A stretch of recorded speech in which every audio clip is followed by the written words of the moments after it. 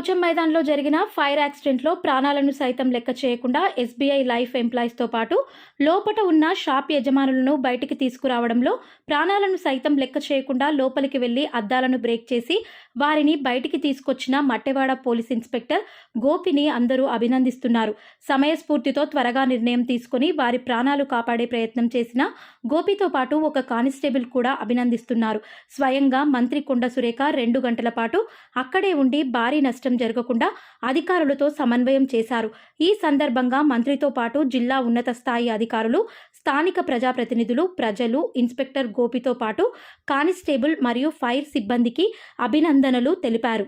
ఈ సహాయక చర్యలో కాంగ్రెస్ నాయకులు బొల్లం శివ, ఎండి వసీం పాల్గొన్నారు.